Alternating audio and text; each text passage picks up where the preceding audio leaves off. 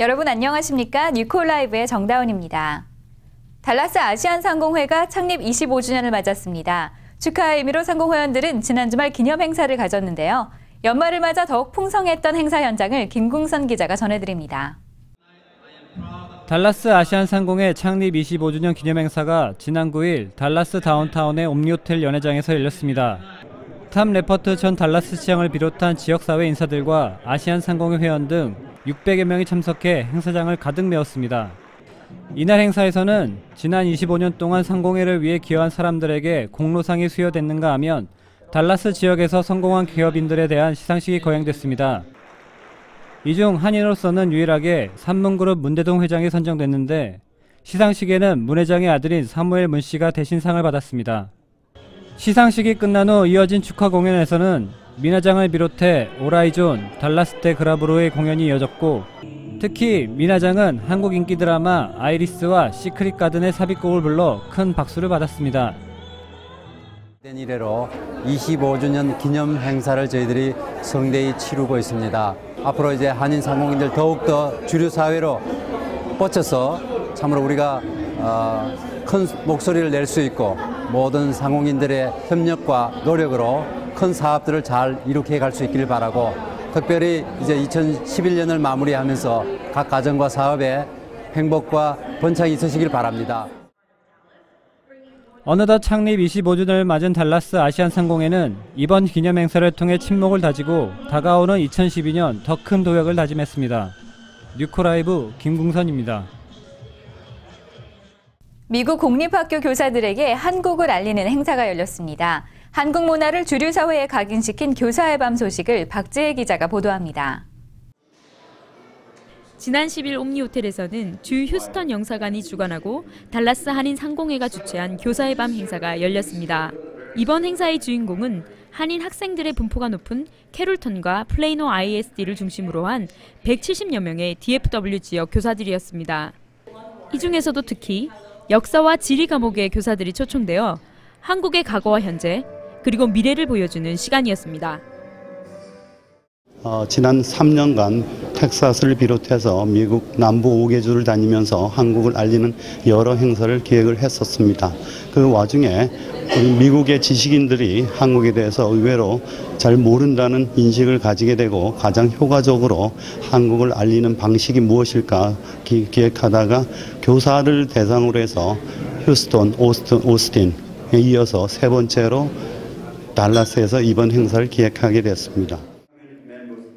이날 행사는 한국을 소개하는 기조 연설자들의 인사말을 비롯해 한국의 홍보 영상 상영, 그리고 한국 문화를 직접 체험하는 순서로 진행됐습니다. 특히 6.25의 폐허를 딛고 세계 12의 경제 대국으로 성장한 한국의 발전상은 중국과 일본에 가려 한국을 알지 못했던 교사들에게 새로운 시각을 제공했습니다. 한국 전통 문화를 상징하는 부채춤과 태권도, K-팝 열풍을 상징하는 비보이 애니바디즈의 공연은 큰 인기를 끌었고 시낭송과 서예를 통해 한글을 알리는 기회도 있었습니다. And they are extending their hand to try to educate and to try to help and to pass on the things that have been given to them. They're trying to give back now, and they're doing it in a lot of wonderful ways with education and with health services through technology. It's just been an eye opener for me. 이번 행사는 지금껏 한국에 대해 6.25와 세계 유일의 분단 국가라는 인식으로 고정돼 있던 주류사의 많은 교사들에게 한국의 변화된 모습과 우수한 문화를 알리는 짧지만 강렬한 행사였습니다. 교사의 밤 현장에서 뉴코라이브 박지혜입니다. 최근 테런 카운티로 네팔과 미얀마, 콩고를 비롯해 전 세계에서 매년 1,500명 이상의 난민들이 이주하고 있습니다. 여기엔 어린이들도 많이 포함되어 있는데요. 난민 어린이들에게 음악과 미술, 영어를 가르치는 이지 아카데미가 지난 10일 한 학기를 정리하는 발표회를 가졌습니다. 이승인 기자입니다. 이날 발표회는 바이올린 선율로 시작됐습니다. 조심스레 한마디씩 연주하는 학생들의 표정이 사뭇 진지하기까지 합니다. 아름다운 바이올린 선율은 청아한 피아노 연주로 이어졌습니다. 선생님과 나란히 앉아 듀엣 연주를 하는 아이의 눈엔 기쁨이 넘쳤습니다. 또한 음악반 학생들은 능숙한 색소폰 연주에 맞춰 산타 모자를 머리에 쓰고 크리스마스 캐롤을 합창해 청중에게 큰 웃음과 즐거움을 선사하며 분위기를 압도했습니다. 무엇보다 기타반의 환상적인 연주는 관중들의 박수갈채를 이끌어내기에 충분했습니다. 사실 우리가 볼 때는 굉장히 초보적인 수준이긴 하지만 이 난민 아이들은 이것을 배울 수 있는 기회가 전혀 없었는데 우리를 통해서 이지 아카데미를 통해서 배우게 되었습니다. 그래서 저희는 앞으로 계속적으로 이 이지 아카데미를 통하여서 난민 자녀들에게 달란트들을 개발시켜주고 또 이들의 재능들을 충분히 발휘할 수 있는 그런 기회들을 우리는 주고자 합니다. And the children here, you will see there are many, and they have many talents that they haven't even understood yet because they may have come from very difficult places. So to be here and learn just what they have inside of them is a great opportunity for them. 이지 아카데미는 미국에서 교육이 필요한 난민 어린이들을 위해 미술과 음악, 축구, ESL 클래스를 여는 한편 다양한 이벤트를 통해 어린이들이 이곳 생활에 잘 적응할 수 있도록 실질적인 도움을 제공하고 있습니다. 뉴코라이브 이승입니다. 한인교회의 역사 뒤에는 개척의 어려움을 덜어줬던 미국 대형교회들의 도움이 있었는데요. 건물과 시설을 이용할 수 있도록 해줬던 미국 교회의 배려가 이제는 한인교회에서도 이어지고 있습니다. 달라스 중앙연합 감리교회에서 시작한 일본어 예배는 한인교회에서 퇴생되어 일본인들이 모이는 교회로 성장해가고 있습니다. 일본인 전도를 위해 마련된 특별한 이벤트, 러브재팬 콘서트 소식을 박재희 기자가 전해드립니다. 일본어 예배부에서는 일본인들을 교회로 초청하기 위해 아름다운 음악 선물을 준비하고 교인들을 통해 주변에 있는 일본인들에게 초청장을 보냈습니다. 가족 단위로 참석한 게스트들은 원탁에 둘러앉아 아직은 어색한 교회 분위기에 적응 중입니다. 한국의 미를 뽐내는 가야금 연주와 현란한 춤 사이의 장구춤이 펼쳐졌고 첼로 연주와 성악 듀엣으로 구성된 클래식 공연도 이어졌습니다. 서서히 무르익어 가던 콘서트는 CCM 공연과 간증 순서로 이어지며 본격적으로 복음의 메시지가 선포되었고 일본인 전도자에 의해 초청의 시간을 가졌습니다. 아직은 교회가 낯선 일본인들에게 교회 문턱을 넘어 교인들과 교제를 갖고 복음의 메시지를 듣는 러브재팬 콘서트는 한인 커뮤니티를 넘어 타민족에게 한 걸음 나아가는 계기가 되었습니다. 이번 콘서트에는 약 100여 분의 일본 분들이 참여해 주셨고 많은 분들이 기독교에 적극적인 관심을 보이시게 되었습니다. 그중에 몇몇 분들은 저희 교회 일본어 예배부에 참여를 희망하셨습니다. 이번 콘서트가 앞으로 다민족 선교의 일환으로 발돋움하는 계기가 되었으면 하는 바람입니다.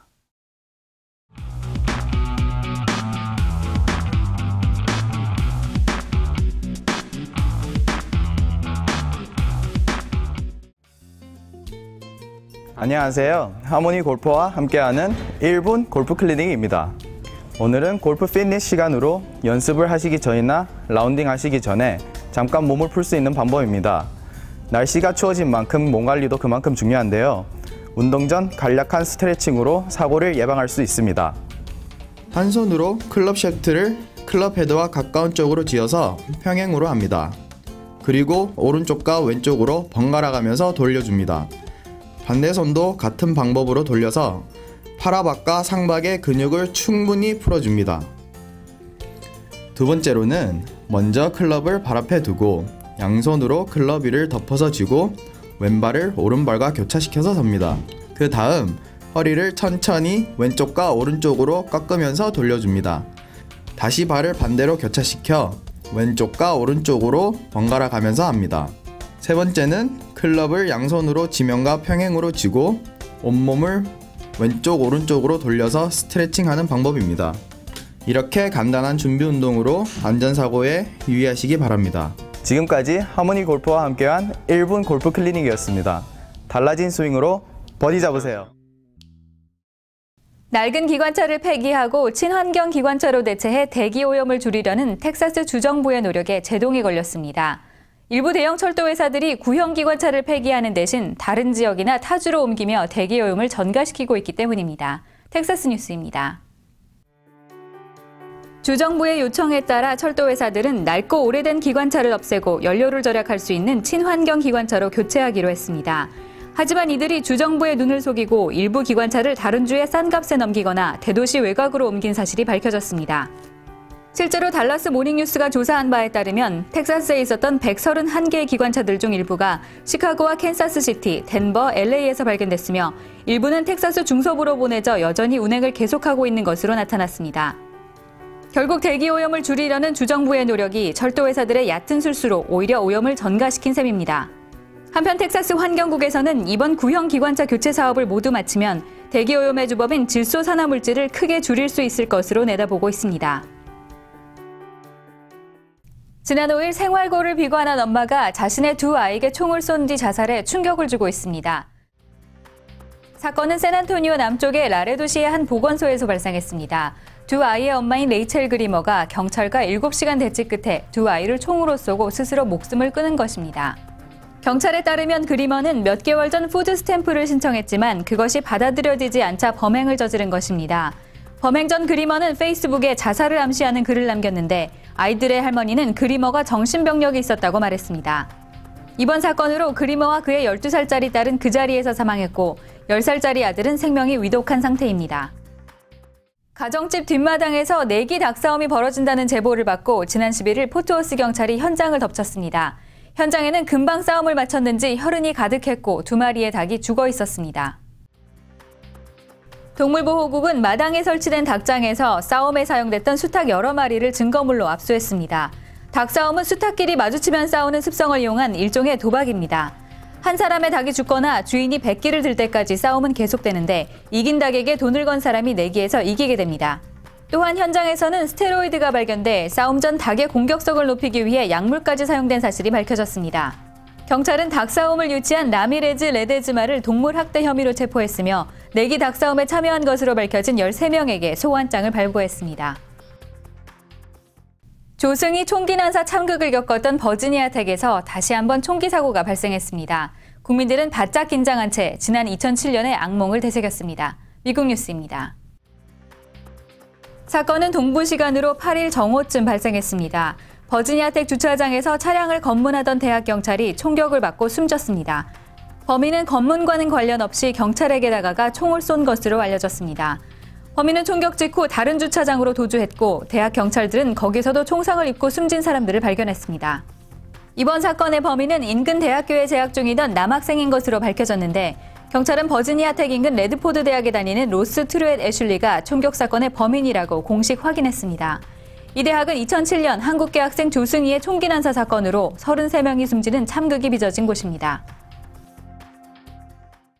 돈을 내지 않았다는 이유로 소방관들이 불은 안 끄고 구경만 한 일이 화제입니다.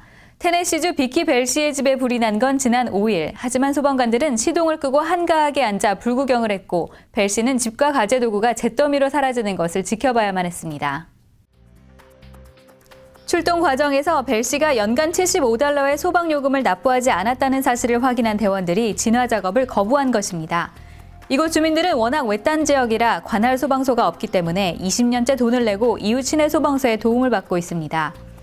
돈을 나중에 내도 불을 꺼준다면 누가 연회비를 내겠냐는 게 소방당국의 생각인데 이 때문에 지난해에도 비슷한 일이 있었습니다.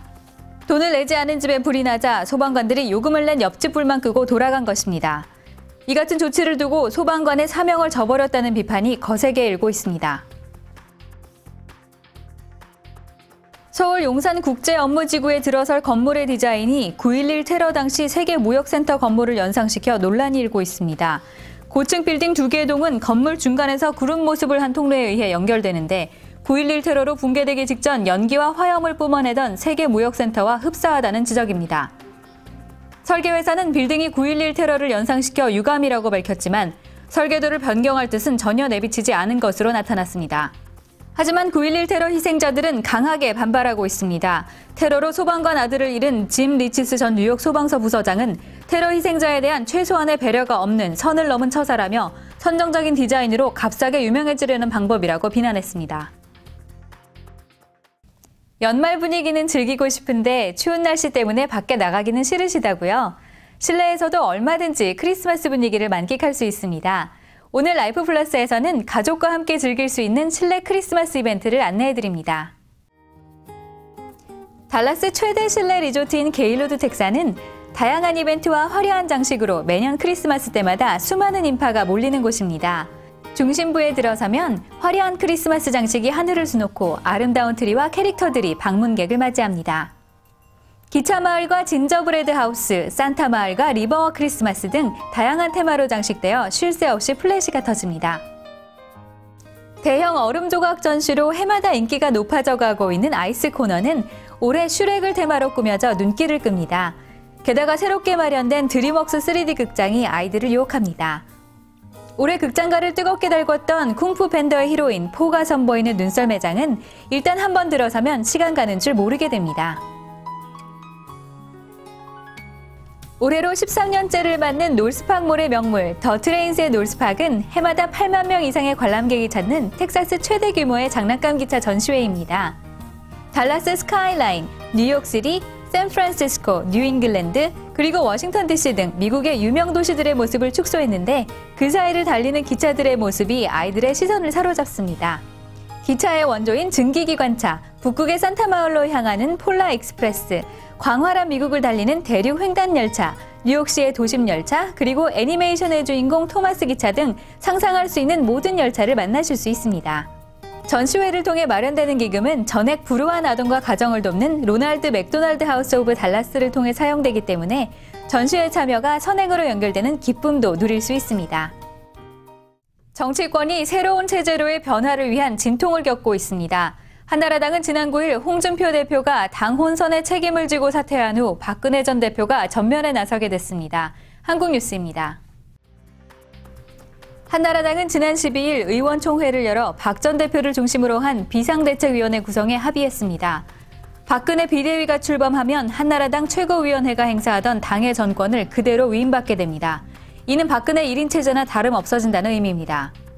이에 따라 다음 주 중 박근혜호가 공식 출범할 것으로 예상되지만 비대위 체제에서 재창당을 할지 여부는 개파 간 의견이 엇갈려 결론을 내지 못했습니다.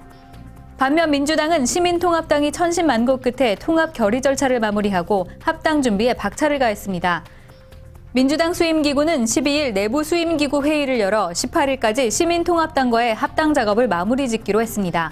그러나 11일 서울 잠시실내체육관에서 열린 전당대회에서 통합 찬성파와 반대파들 간의 몸싸움이 벌어졌고 표결을 마친 후에도 의결 정족수의 해석을 두고 양측의 공방전이 벌어져 쉽지 않은 행보가 될 것으로 보입니다.